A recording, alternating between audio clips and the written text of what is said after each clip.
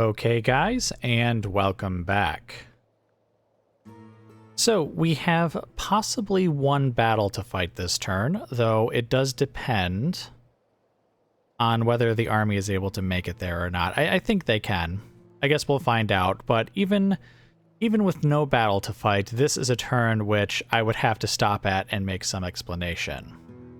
Because something has happened which is not exactly to our advantage.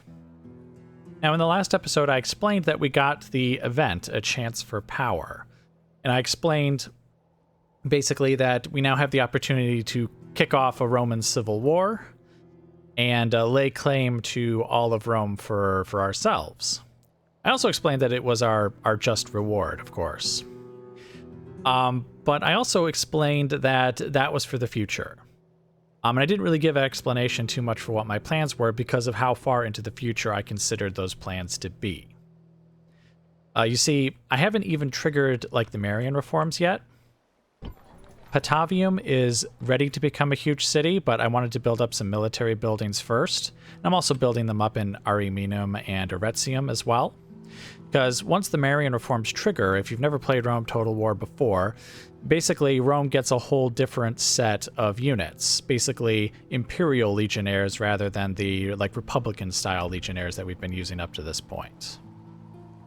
And what the plan was for this little civil war once it kicked off was I would take my existing armies, the, Greek mercenary, Cretan archer, war dog-based armies, and send them to strategic locations, as well as train up some new legions, new armies, which would then also be stationed at important locations.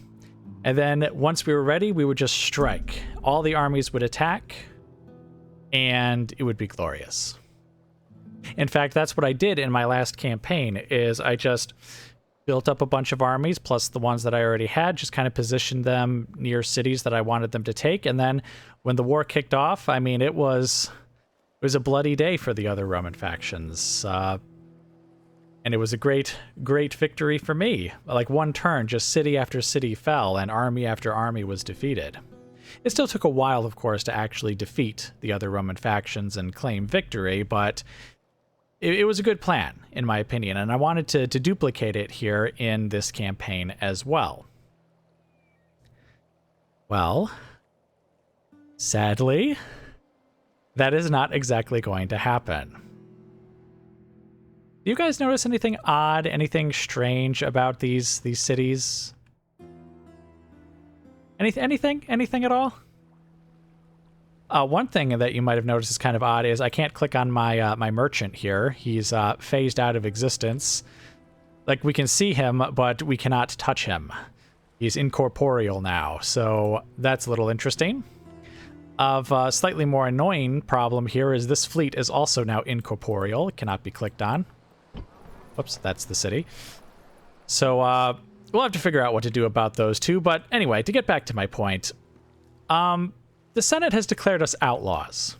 Let's just throw it right out there. Instead of me being the one to trigger the Civil War, the Senate has gone and done it for us. We are now outlaws. As you can see, there's not even the Senate tab anymore.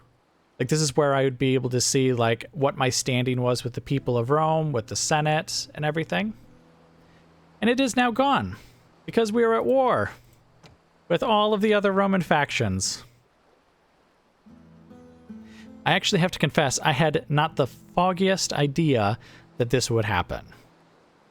Every other time that I've played Rome Total War, and admittedly, again, this was the original Rome Total War. This is my first campaign in the remastered version. But, yeah, I had no idea that the other Roman factions could trigger the Civil War, unless perhaps they also conquered enough that they got their standing with the people high enough that it became an option for them. But no, it turns out they don't have to wait. And I've just never, ever seen that before in any of my other campaigns. And to be clear, this is the very next turn after I got the A Chance for Power event. So they didn't waste any time either. Apparently, even in the original Rome Total War, this actually was a possibility. I actually went searching online because I just had never seen this happen before. And there are conditions under which, in the old game, or the original, I should say, the other Roman factions would actually be the ones to trigger the civil war and not you. But none of the criteria that they set out seemed to be met. Like one thing that I was told was that your relationship with the Senate could be really low, and that can trigger it. My relationship actually was like 80%, or something like that when I last checked. I actually reloaded my last day's save just to see what my relationship was, and it was at like 80%.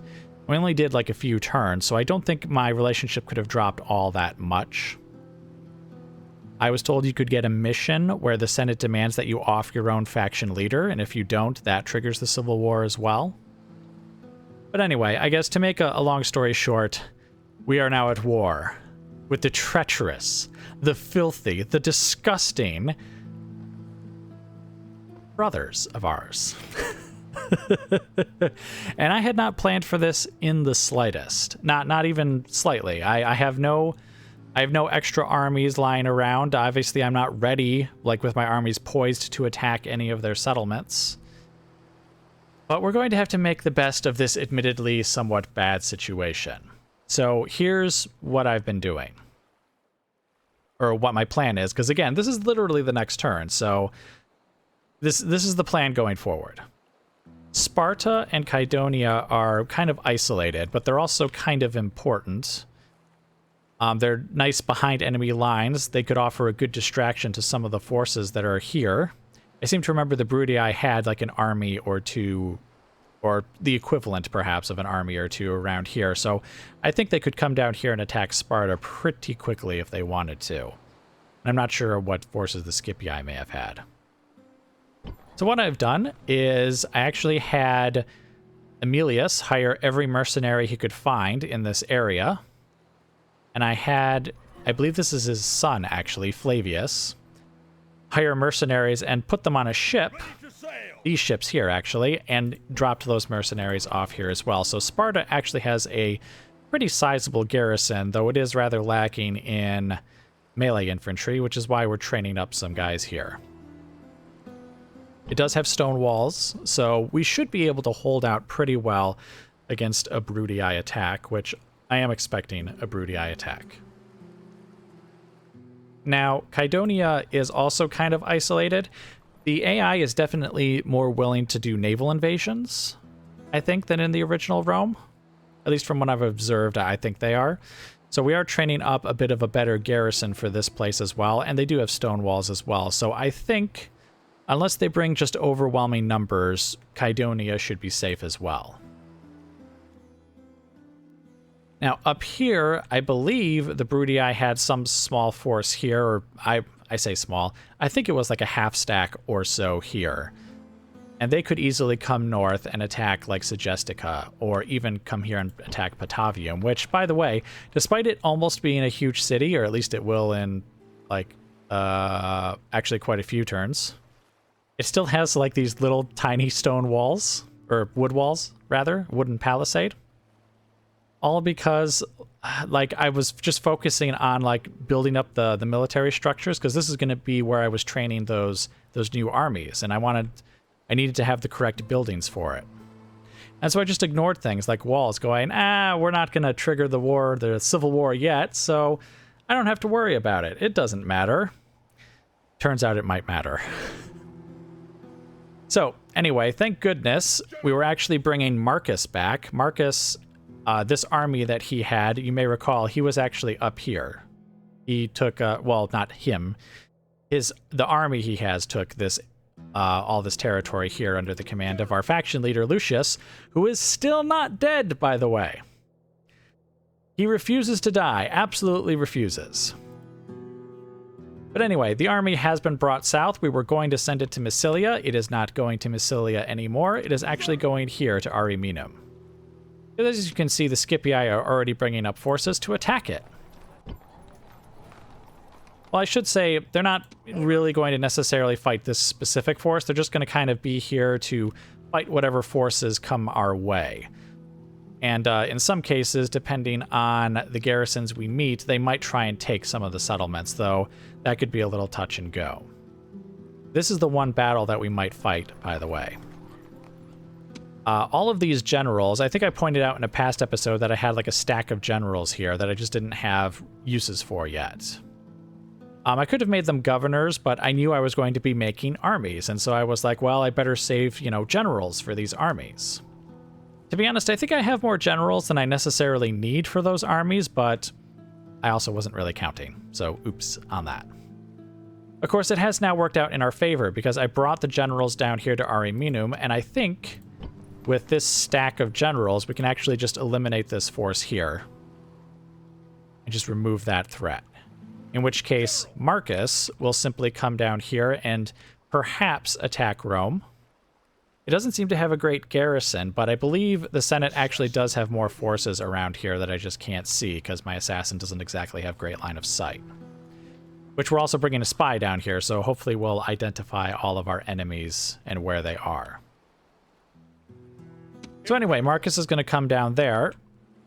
And this is the mercenary barbarian force that was following this army around and providing garrison duties and stuff.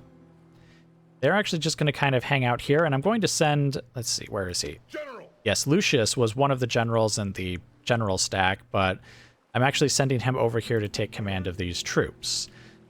Because if the Brudii start sending forces up here, this army is basically going to be standing in their way. It's not high-quality forces, I have to admit, but hopefully, if only through sheer numbers, we will be able to hold them off. And I forgot to send out that spy just to keep an eye on things. Let's see. Our other army, of course, in the British Isles is slowly making its way back. They'll be back in Europe, or on mainland Europe anyways, next turn, but it'll take a few turns for them to get down here, so Marcus is going to be on his own for a bit.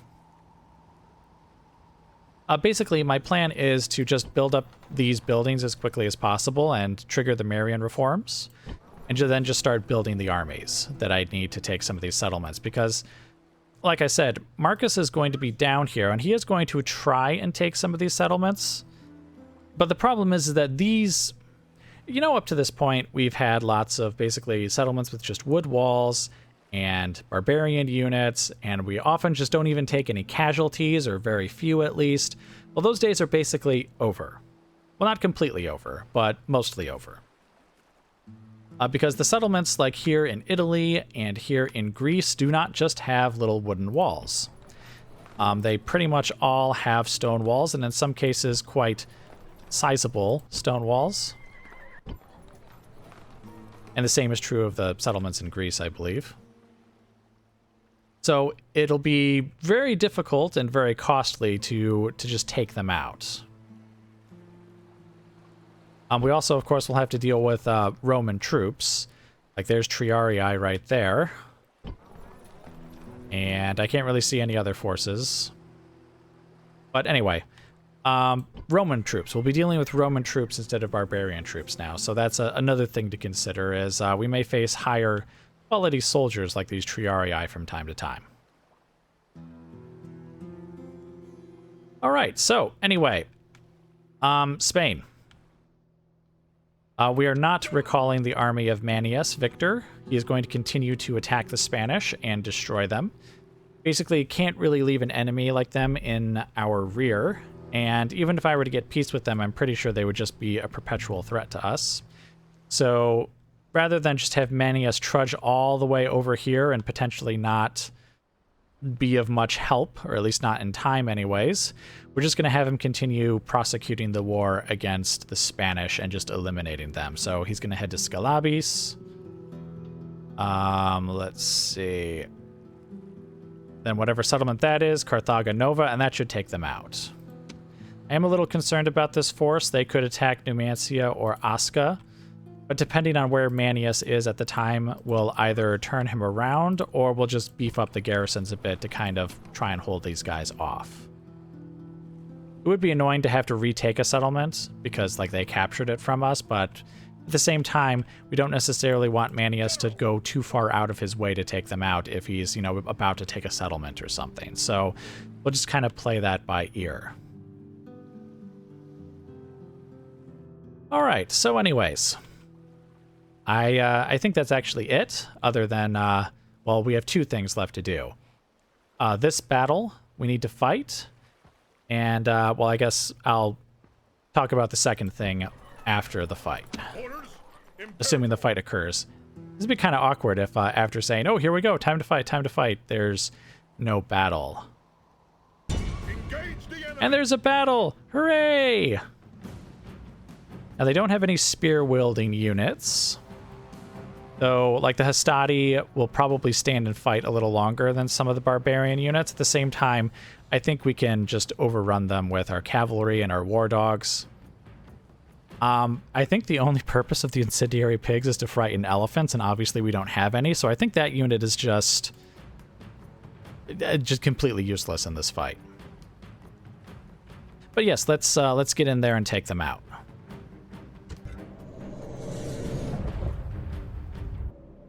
All right, and welcome to the battle. So the Scipii are approaching. So it looks like they are going to stop short. Once they've stopped, we'll just advance forward. We've got 2 units of war dogs, a whole bunch of generals, and the town watch. I'm not sure if we'll end up really using the town watch, but we will send in the war dogs at least. And then, of course, we'll have the generals kind of doing flanking maneuvers and assisting them and stuff just to wipe out the enemy here. War dogs! Attack!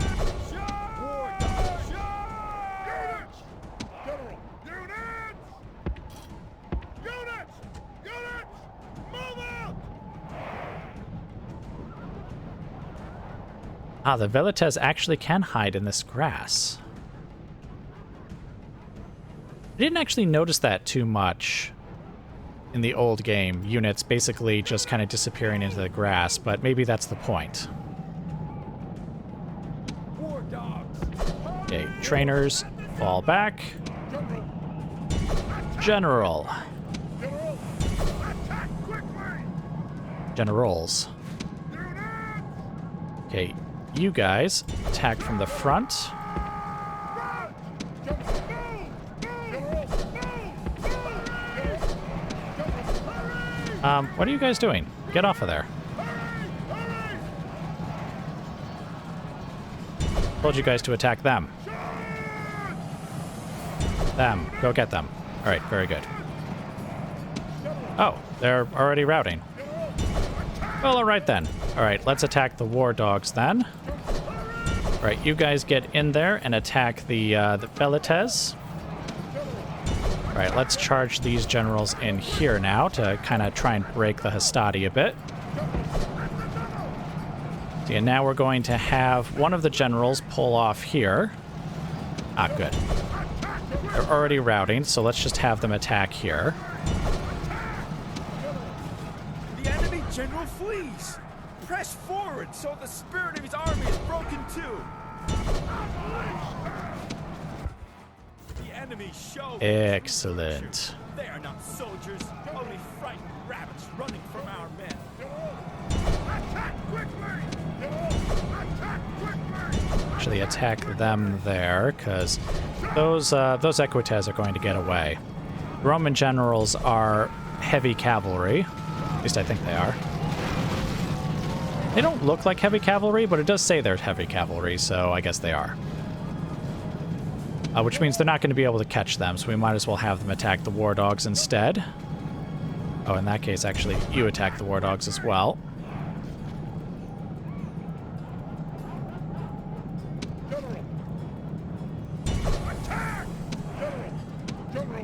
Okay, you get ahead here because we need to take out that last guy there so that they'll then come forward and attack the rest of them. That's one thing that I think they did improve in, or at least in Warhammer 2, is units do chase down enemies better without you having to micromanage them quite as much.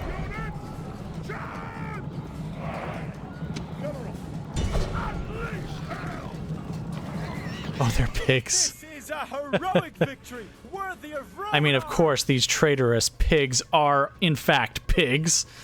But they also brought literal pigs to the fight. And yes, I know I did say, oh, the days of having, low casualties are over. But that's not... This battle was different. This battle was different. I'm talking about, like, the siege battles and stuff. And when we face larger groups of Romans. This is not something I expect in the future. But anyway, let's get back to the campaign map. Victory indeed. Now... Okay, yeah, we can't actually reach this random unit of archers that's over there. We could... You see, I don't know what kind of units they actually have over there, so I'm not going to risk them by trying to send them too far out. Maybe if these guys approach a little closer, or even maybe if they stay where they are, we'll have enough movement points to attack and then retreat a good distance. But if they, retreat too far back or just leave altogether, then we're not going to chase them down. All right, but anyway, so that was the one and only battle, and I said that there was a second thing that I needed to do. Basically, the Senate having declared us outlaws, obviously this is a great stain on our reputation as the Julii, and so I feel I need to make a very public response to the people to let them know the real situation and to let them know what the plan is going forward. So if you guys will excuse me for a moment, I'll be right back.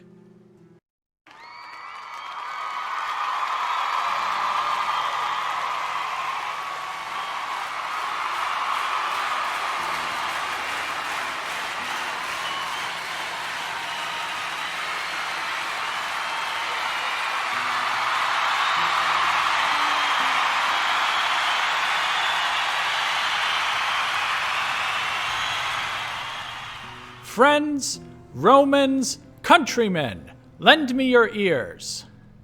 When these wars began, we all knew who our enemies were. We looked to the barbarians of the north and saw them for the threat that they were. Treacherous, disgusting, filthy barbarians, every mother's son of them. We marched anywhere they tried to hide, no matter how far from our homes, no matter how much they tried to tempt us with offers of peace and friendship. They had shown their true colors, and they would not trick us again.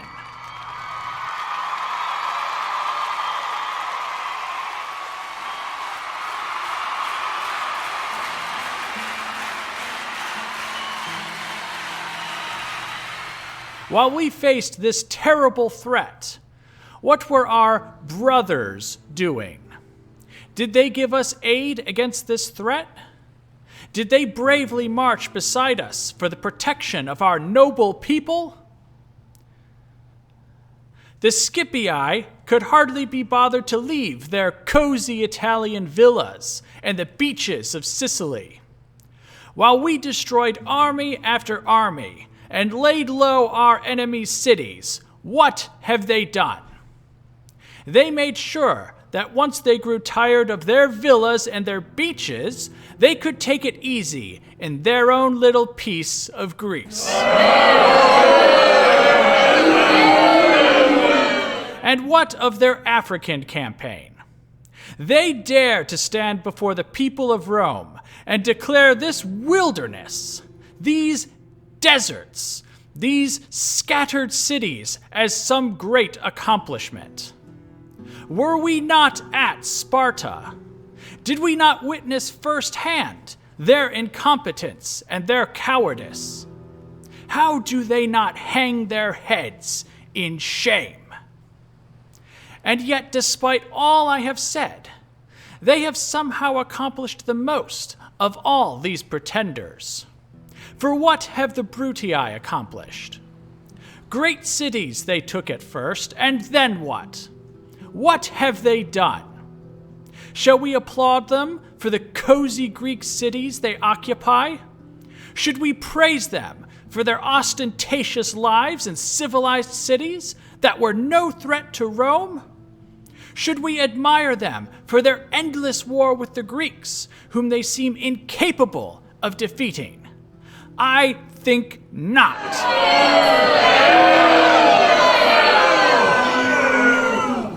Finally, there is the Senate. A more craven group of cowards could hardly be found. They couldn't even leave Rome itself. They were her guardians, they said. They would keep her safe, they promised. We had only to obey, and glory would be ours. See now our reward.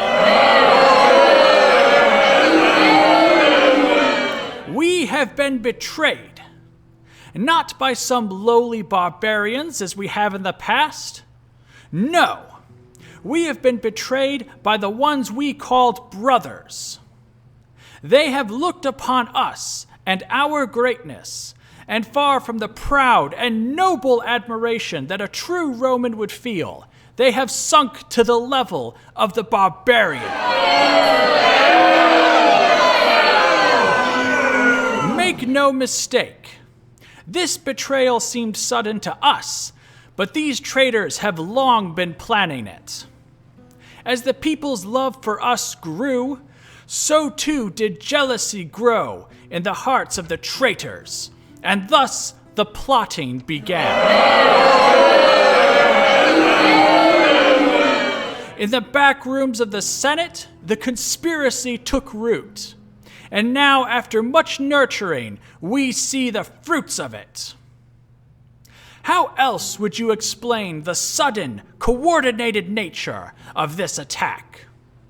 Hardly had the people given us their greatest praise that the Senate declared us outlaws. The ink had not yet dried on that order, and yet the Scipii and the Bruttii joined them as well. The signs of a great conspiracy are there, and they are as clear as day.